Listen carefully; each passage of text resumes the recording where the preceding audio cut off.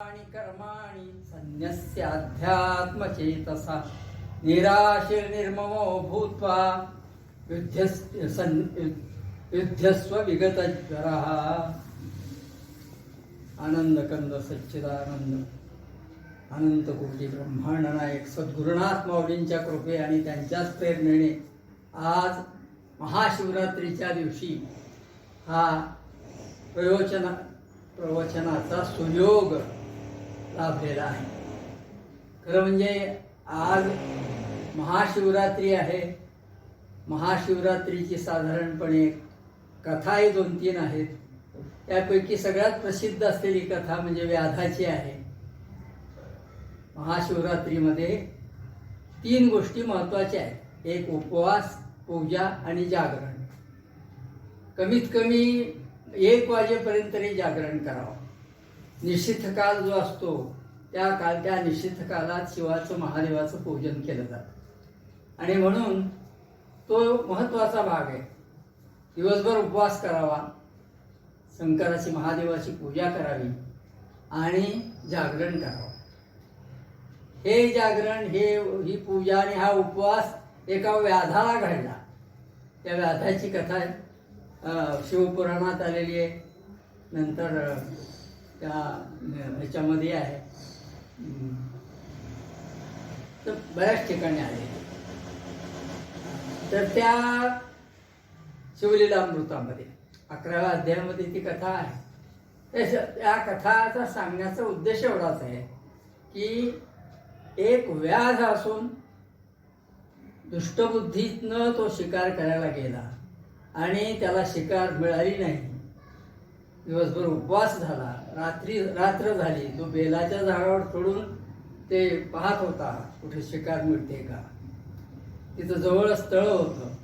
तळ्यावरती प्राणी येतील पाणी पिण्यासाठी म्हणून तो तिथं वाट पाहत होता आणि हळूहळू बेलाची पानं खाली टाकत होता तोडून। तिथं खाली शिवलिंग होतं, शिवाची पिंडी होती। त्यामुळे त्याच्यावरती ती बेलाची फुलं पानं पडायची, बेलपत्र।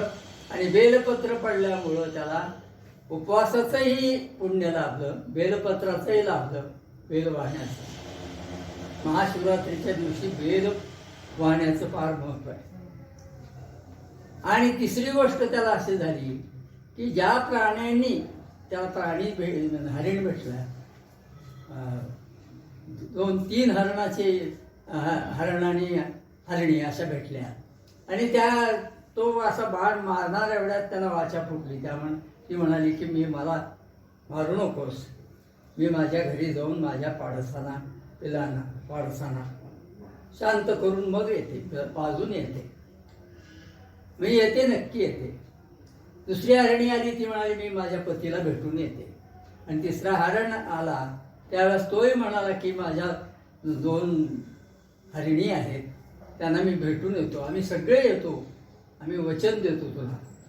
आणि काही वेळानंतर 1 तास, 2 तास, 3 तासानंतर ते सगळं हरणाचं कुटुंब आलं। ही कथा आहे। म्हणजे दिलेलं वचन प्राण्यांनी पाळलं, माणसाने काय केलं असतं कोणास ठाऊक। माणसाच्या बाबतीत एक कार्लाईननं गोष्ट फार छान सांगितली। तो म्हणला माणूस एका नदीमध्ये एक चिमणी आंघोळ करत होती। तिथं एक घोडा, एक बैल आणि एक ससा असे 3 होते। त्या पाण्यातून ते चालले। त्यावेळेस ती शांत आपली ही होती बसलेली चिमणी, तिची आंघोळ चालली होती, पाण्यात खेळत होती। तेवढ्यात एक माणूस आला आणि पाण्याजवळ गेला आणि खळखळ खळखळ खळखळ पाणी हलवलं। त्याची नुसती चाहूल लागली की चिमणी उठून गेली। म्हणजे प्राणी माणसाला, पक्षी माणसाला भीतात, प्राण्याला भीत नाही।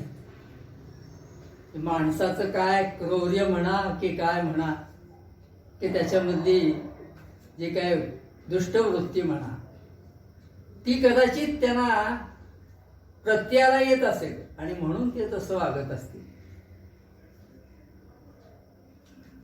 मग माणूस कोणाला म्हणायचं हा एक प्रश्नच आहे.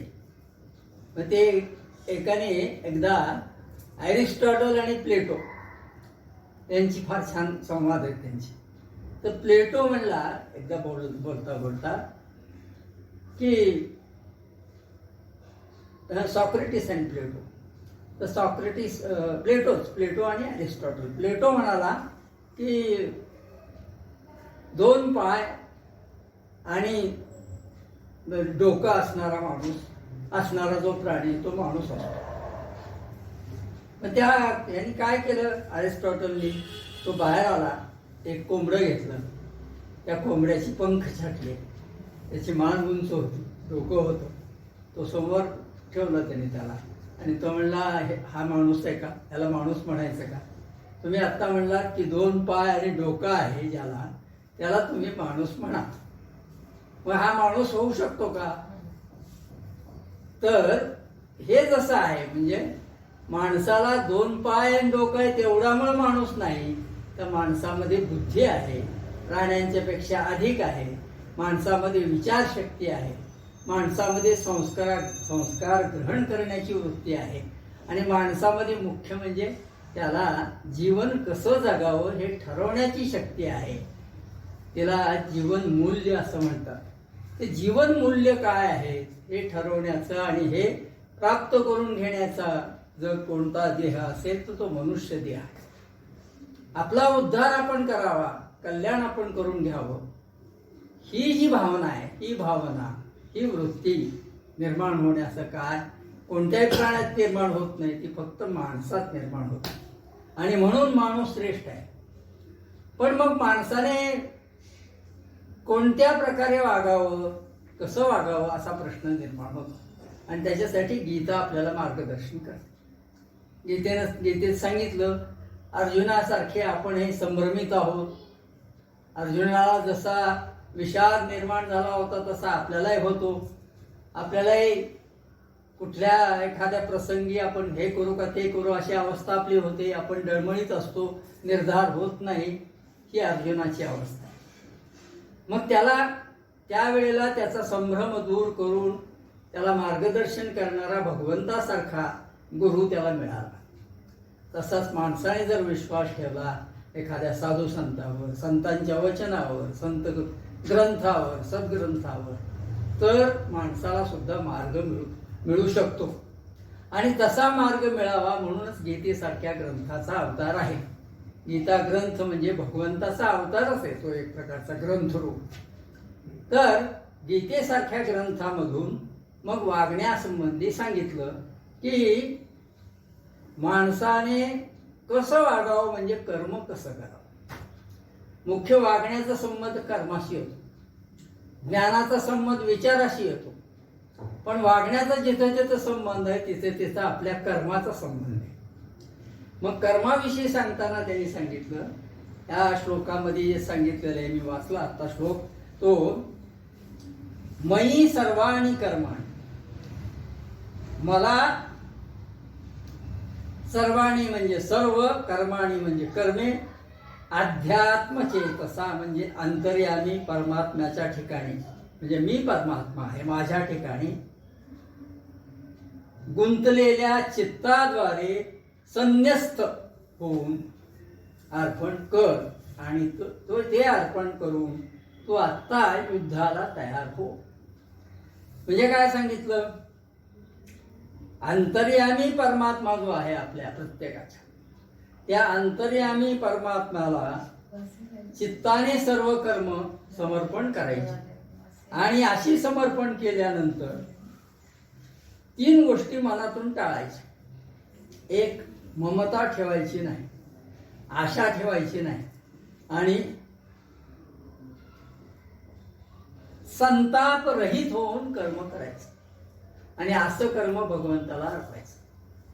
म्हणजे अर्पण करण्यासाठी काय काय केलं पाहिजे, संताप नकोय, त्यानंतर आशा नकोय, ममता नकोय. म्हणजे आपलं म्हणणं म्हणजे ममता आहे. मी केलं म्हणजे अहंभाव आहे. आणि मला आता पुढे ह्याच्यातून काहीतरी मिळेल, असं मिळेल तसं मिळेल असं वाटणं हे आशा आहे. तर आशा, ममता आणि हे न मिळालं तर जी चीड आहे, संताप आहे, तो संताप या तिन्ही गोष्टींचा त्याग करून तू मला कर्म अर्पण कर. ह्या श्लोकामध्ये हे सांगितलं आहे. म्हणून मग याच्यामध्ये ज्ञानेश्वरी सुद्धा तेच सांगितलं, उचिते कर्मे आघवी तुवा आचरोनी मज अर्पावी परी चित्तवृत्तीने असावी आत्मरूप. योग्य कर्म जे आहे म्हणजे वेदाने सांगितलेली वेदविहित कर्मांना उचित कर्म असं म्हणतात. हे उचित कर्म स्वतः आचरण करावीत. कशी आचरण करावीत तर ती वेदाने सांगितलेली आणि त्याच पद्धतीनं करावी. आशा, ममता आणि संताप ह्या गोष्टीचा त्याग करून करावी आणि परी चित्तवृत्तीने असावी आत्मरूपी. परंतु तुझं मन मात्र, चित्त मात्र आत्मरूपाच्या ठिकाणी स्थिर ठेवावं, असावं, राहावं. काय प्रत्येक वेळा काय होतं माणसाला, मी कर्म करणार आहे असं वाटतं. हे कर्म करणारा मी आहे, हे कर्म मी करता. किंवा दुसरी एक भावना असते, आचरेन या अर्था, मी स्वतः याचं आचरण करेन, माझ्याशिवाय दुसरं कोणी हे करू शकत नाही. ऐसा अभिमान झणे चित्ता रे बोधीस. संसारात नेहमी उदाहरण कीर्तनकार, प्रवचनकार सांगतात की नवरा शांत असतो, पण त्या घरातली गृहिणी बायको असते ती म्हणते माझ्याशिवाय यांचं काय चालतंय, माझ्याशिवाय मी आहे म्हणून सगळं चालतं. म्हणजे मी आहे, मग मी कर्म कसं करायचं ते ठरवते. कोणत्या प्रकारे घर चालवायचं त्याला काय माहिती हो, मला माहिती आहे सगळं. तर हा जो अभिमान आहे तो अभिमान टाकावा.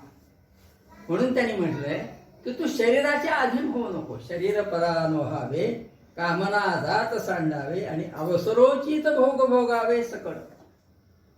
भोग भोगण्याला कोणी नाही म्हणलेलं नाही. ईशावास्य उपनिषदाचा पहिला श्लोक आहे, ईशावास्यमिदं सर्वं जगत्य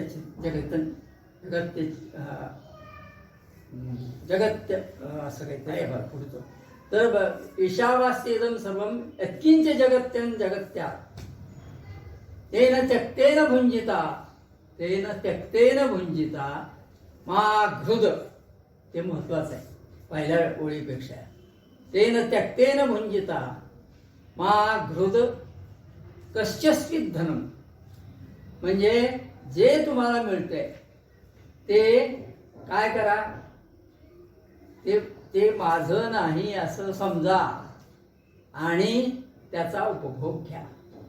हे परमेश्वराचं आहे, कारण हे सगळं जग ईशाने, परमेश्वराने व्यापलेलं आहे. ईशावास्यम इदम सर्व, हे सर्व जग त्यांनी व्यापलेलं आहे. यत्किंचित त्यांनी ते व्यापलेलं आहे. यत्किंचित सुद्धा थोडी सुद्धा जागा ठेवलेली नाही, इतकं ते व्यापलेलं आहे.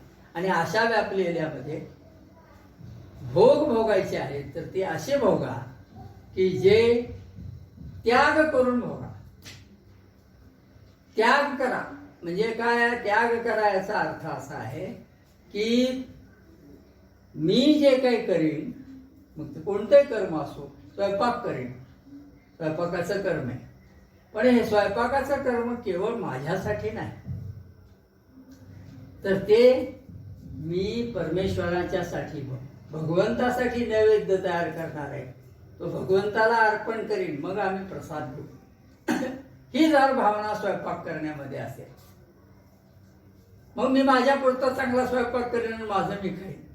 त्याला गीतेत म्हणले तो माणूस पाप खाणार आहे. पाप स्तेन म्हणले, चोर आहे म्हणले त्याला. म्हणून आपल्याकडे मागं म्हणत होते काय बसलास एकटाच भूतासारखं जेवण, आणि एकट्याने तर कोणतीच गोष्ट कधी खाऊ नये, ती थोडी तरी दुसऱ्याला द्यावी असं म्हणलं जातं. आपल्याकडे असं सांगितलं जातं की आपल्या ताटातलं जो खातो वाढलेलं त्याला प्रकृती म्हणायचं. आपल्या ताटातलं जो खातो त्याला प्रकृती म्हणायचं. दुसऱ्याच्या ताटातलं घेतो त्याला विकृती म्हणायचं. आणि आपल्या ताटातलं दुसऱ्याला देतो मग खातो, त्याला संस्कृती म्हणायचं.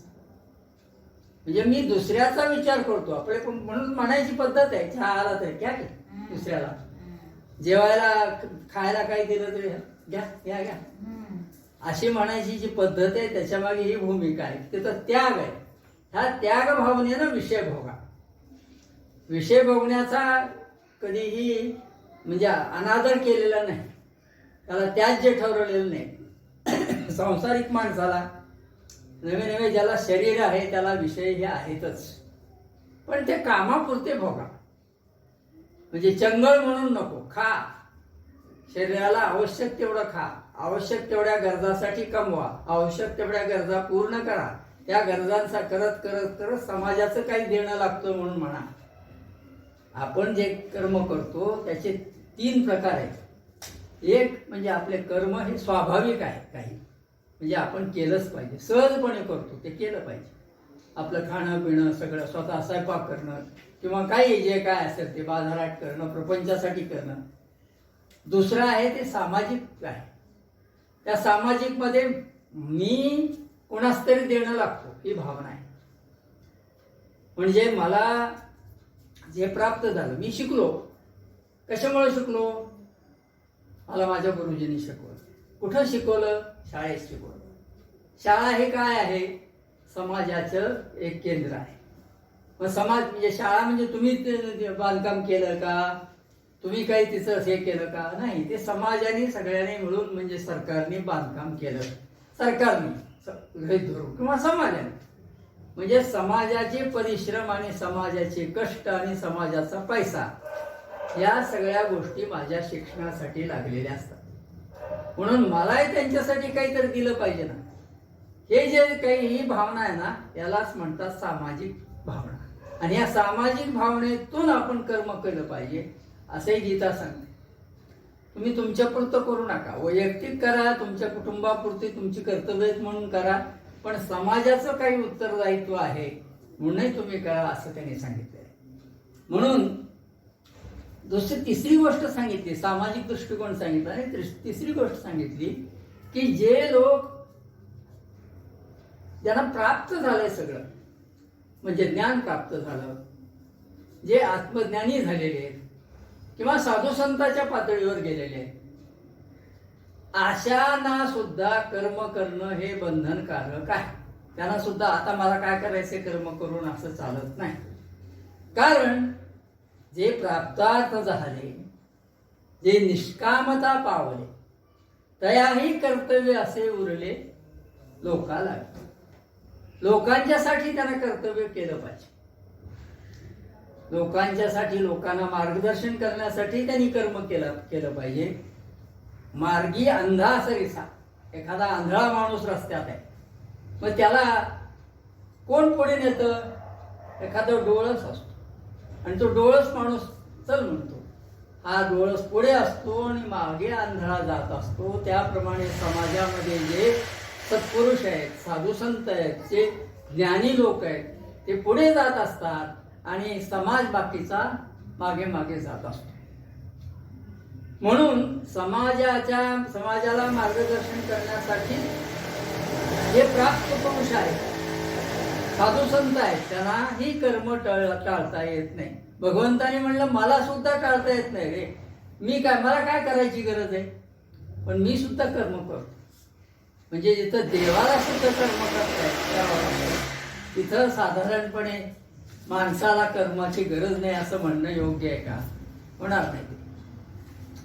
मग त्याचप्रमाणे त्यासाठी म्हणून एक उदाहरण दिलं त्यांनी जनकाचं. जनक हा राजा होता. राजा असून तो आत्मज्ञानी झाला. राजाच्या जी सगळी कर्तव्य करत होता, त्यामुळं त्याच्याकडे काय झालं, त्याच्याकडं शुकाचार्यांना शिष्य म्हणून पाठवलं व्यासाने. व्यास महर्षींचे शुकाचार्य हे पुत्र 12 वर्ष आईच्या उदरात होते. हे जगातलं विश्वातलं हे सगळं नकोय मला असं म्हणून ते बसले होते. पण ज्या वेळेला व्यासाने त्यांना जाणीव करून दिली की आता तुम्ही बाहेर या त्यावेळेला ते बाहेर आले. आणि आल्यानंतर रस्ता चालू लागले. भागवताचा अभ्यास, सगळं ज्ञान त्यांना पूर्वजन्मीच होतं. त्यामुळं त्यांना कोणा काही वेगळं अध्ययन करायची गरज पडली नाही. पण हे सगळं असलं तरी त्यांना गुरुची गरज होती. म्हणून व्यासांनी सांगितलं, तुमचं सगळं ज्ञान आहे तुला, पण गुरुची कृपा आणि गुरुची सेवा केली पाहिजे आणि गुरुकडून ज्ञान घेतलं पाहिजे. त्यासाठी तू जनकाकडे जा. मग जनकाकडे ते गेले. त्यावेळेला असं सांगतात की राजवाड्याचे दार बंद होते. रात्रीच्या वेळेला गेले, तिथं दार बंद होते. दार उघडा असं त्यांनी म्हटलंय. तेव्हा आतून आवाज आला, कोण आलाय? ते म्हणाले, मी शुकाचार्य आलोय, मी शुकाचार्य आलोय. दुसऱ्या वेळा पुन्हा तेच म्हणाले. तिसऱ्या वेळा म्हणाले, मी शुकाचार्य आलोय. तरी दार उघडलं जात नाही. तेव्हा त्यांच्या लक्षात आलं की आपण गुरुकडे आलेलो आहोत. मी शुकाचार्य जर म्हणालो आणि गुरुकडे आलोय, तर माझ्यासाठी गुरु कसे काय उघडतील दार? म्हणून ते म्हणाले, महाराज, मी आपला शिष्य होण्यासाठी शुकमुनी इथं आलेलो आहे. असं म्हटल्यानंतर ते दार उघडलं गेलं. अशी एक कथा आहे. कथेचा भाग महत्वाचा नाही त्यातला, पण त्यातला उद्देश जो आहे किंवा तत्व आहे ते आहे की गुरुकडे जाताना अहंभाव विसरला पाहिजे. अहंभाव विसरून आपण साधू संतांकडे गेलं पाहिजे. जनक राजा असून सर्व राज्यकारभार चालवत होता. त्याला कितीतरी राण्या होत्या, सगळा संसार करत होता. असं असताना सुद्धा राज्य त्याग करायचं म्हणलं की चटकन बाहेर निघून येत होता. ही त्याची वृत्ती होती. म्हणजे त्याचा थोडा सुद्धा लिप्तपणा त्याच्यामध्ये नव्हता. आणि त्यामुळं तो अलिप्त असल्यामुळं त्याला संतत्वाची किंवा आत्मज्ञान प्राप्त झालेल्या पुरुषाची पदवी होती. त्याला ही गुरु याज्ञवल्क्य मिळाले होते. याज्ञवल्क्य हे असे होते, याज्ञवल्क्य ऋषी, त्याला 2 पत्न्या होत्या. एकीचं नाव मैत्री आणि एकीचं नाव गार्गी. तर ती मैत्री म्हणाली की आता माझ्यासाठी ते म्हणाले, मी आता इथे राहणार नाही, मी चाललो, मी तपश्चर्याला चाललो, मी आता देशाटनाला चाललो. तर ती मैत्री म्हणाली की माझ्यासाठी काय? तर ते म्हणाले, तुझ्यासाठी हे सगळं माझा आश्रम आहे, ह्या आश्रमातले सगळे काय जे काय धन आहे, गोधन आहे, हे सगळं तुझं. मग गार्गी होती तिथं. गार्गी म्हणाली, मी माझ्यासाठी काय? तर ते म्हणाले, तुझ्यासाठी आत्मज्ञान आहे, तुला आत्मज्ञान मी देणार आहे. आणि तिला आत्मज्ञान दिलं. आणि मग याज्ञवल्क्य ऋषी निघाले. रस्त्यात जनक भेटले. जनकांना त्यांनी उपदेश केला आणि जनक हे आत्मज्ञानी झाले. म्हणून काय आहे की संसारी माणूस सुद्धा गुरु होऊ शकतो. राजा असूनही तो गुरु होऊ शकतो. राजा असूनही तो संत होऊ शकतो. राजा असूनही तो महात्मा बनू शकतो. आणि तो कशामुळे बनू शकतो? तर आपलं कर्माचरण त्यांनी सोडलेलं नसतं. म्हणजे जनकाधिक हे सुद्धा राजे सुद्धा आपलं कर्म न सोडता श्रेष्ठ पदाला पोहोचलेले आहे. आणि म्हणून कोणीही कर्माचा त्याग करू नये. कर्माचा त्याग करणं म्हणजे स्वतः संपवणंच आहे. कारण कर्म हे आपल्या जन्माला आलेलं आहे. जन्माला आल्यानंतर जन्माबरोबर आहे आणि ते अखेरपर्यंत आहे. म्हणून कर्म त्याग करता येत नाही. म्हणून पण जे आहे कर्म मिळालेलं ते कर्म कसं आचरण करावं? तर त्याचं आचरण आनंदानं करावं. आपल्याला कुटुंबामध्ये एक भूमिका आहे आपली. नाटकामध्ये भूमिका असते की नाही? नाटकामध्ये एक जण कोणीतरी राजा असतो, कोणी राणी असते, कोणी सेवक असतात. वास्तविक ते वेगवेगळे एकाच लेवलचे सगळे असतात, एकाच पातळीचे. पण एक जण राजा होतो, मग दुसरा त्याचा सेवक होतो. तर सेवकाचं काम काय? त्यांनी सांगितलेलं ऐकणे, त्याची सेवा करणे. एक दासी होते, ती काय करू काय सांगू महाराज म्हणते. ते पूजेचं ताट आण, अमुक आण, तमुक आण, हे सगळं त्या स्टेजवर चालतं. आणि एक जण असते, ती राणी असते. वास्तविक ती एरवी साधारणच असते मुलगी, पण ती तिथं राणी पदाला गेलेली असते. म्हणजे त्यांना ती भूमिका आलेली असते आणि मग त्यामुळं ती दासीकडून सगळं साहित्य मागवते वगैरे वगैरे. तसं जग ही रंगभूमी आहे असं म्हणलंय, तसं हे आपलं संसार हा आपला सुद्धा एक प्रकारचा रंगभूमी आहे. आणि म्हणून आपण या संसारात आपल्या वाट्याला आलेली भूमिका म्हणजे वाट्याला आलेलं कर्म, वाट्याला आलेलं कर्तव्य अगदी निष्ठेनं करणं, यालाच स्वधर्म यज्ञ म्हणलंय. हा यज्ञ आहे एक प्रकारचा. उदरभरण हे जाणीजे यज्ञ कर्म आपण म्हणतो. म्हणजे यज्ञाला फार महत्व आहे. ते तेल तूप तांदूळ आणि ते समिधा टाकणं म्हणजे यज्ञ हा त्या काळातला एक भाग होता. पण आज यज्ञ जर करायचं म्हणलं तर आपला यज्ञ दैनंदिन आहे, दररोज चालू आहे आपला यज्ञ. आपण जे जे काही थोडं त्यागपूर्वक करू ते सगळं यज्ञ आहे. म्हणून कर्मातून कर्माला यज्ञाचं रूप देता येऊ शकतं. आणि कर्म करणं म्हणजे स्वधर्म आहे, दुसरा कोणताच नाही धर्म. आपला धर्म कोणता आहे तर जे आपल्या वाट्याला आलेलं जे कर्म आहे ते करणं हाच स्वधर्म आहे. आणि त्या स्वधर्माचं आचरण करून आपण यज्ञकर्म काल केल्याचं पुण्यही मिळवू शकतो. यज्ञकर्म केल्याचंही सार्थक आपल्याला प्राप्त होऊ शकतं, आपलं जीवन सार्थ होऊ शकतं. आणि म्हणून त्यांनी म्हटलंय की वसंत ऋतू आला म्हणजे जशी वनश्री फुलते, झाडं फुलं पानं सगळं, तसं त्याप्रमाणे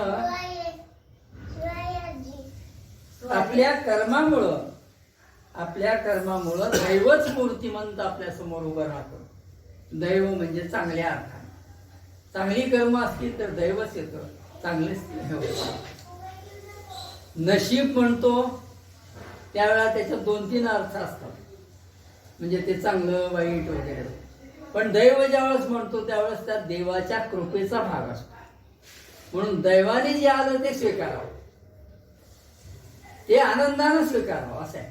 नशिबाने आपल्याला म्हणतो ते आपण कुरकुर करू शकतो, पण दैवानं जे आलं ते आपण आनंदानं स्वीकारावं. जसं वसंत ऋतू आला की सगळे सृष्टी हिरवीगार दिसते, आनंदी असते, तसं आपणही आनंदाने आलेलं कर्म स्वीकारावं आणि त्यातून सर्वात्मकाची उपासना करावी.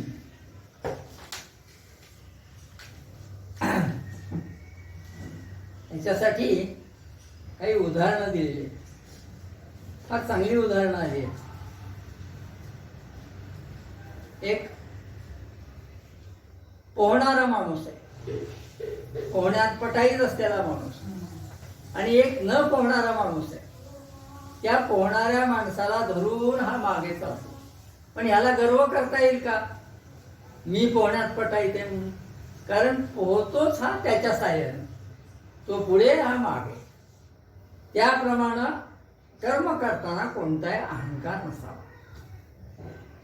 तसंच काही वेळा ब्राह्मण काशी यात्रेला जातो. मग यजमान सांगतो की माझ्या वतीनं काशीमध्ये हे दान करा, हा दान धर्म करा, ह्याच्यासाठी तुम्हाला मी हे धन देतो. तो घेऊन जातो.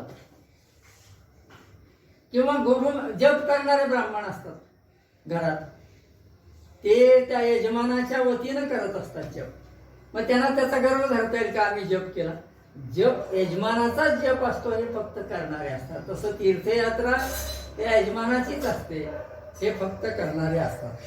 दुसऱ्याच एखाद्या दाईनं दुसऱ्याचं मूल सांभाळायला घेतलं तर तिला म्हणता येईल का तिला त्याच्याबद्दलची अपेक्षा ठेवता येईल का की हा माझं पालन पोषण करील किंवा मला वेळेला सहाय्य करील?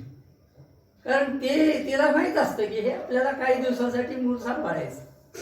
त्याप्रमाणे त्यावेळेस जसं प्रत्येकाचा हेतू वेगळा नसतोच, त्यात काहीच हेतू नसतो. तसा निर्हेतुक होऊ नये. माणसाने कर्म करावी. अशी कर्म केली तर म्हणून त्यांनी एक फार छान हे दिलंय. 18व्या अध्यायामध्ये ओळ म्हणून फळी लागू, फळाला संबंध न ठेवता सांडोणी देह समजू. फळाचा संबंध न ठेवता जसं आपण हे वागतो घेतो फळ, तसं देह संगू म्हणजे देहाचा संबंध न ठेवता आपण कर्माचं आचरण करावं. कर्मे करावी चांगू हा निरोप माझा. चांगल्या तऱ्हेनं कर्म करावे हा माझा निरोप आहे. शिवरात्रीच्या निमित्तानं आज ही सेवा सद्गुरुचरणी समर्पण करून मी इथं थांबतो. पुंडलिक वरदारी विठ्ठल श्री ज्ञानदेव तुकाराम. विठ्ठला विठ्ठला विठ्ठला विठ्ठला विठ्ठला.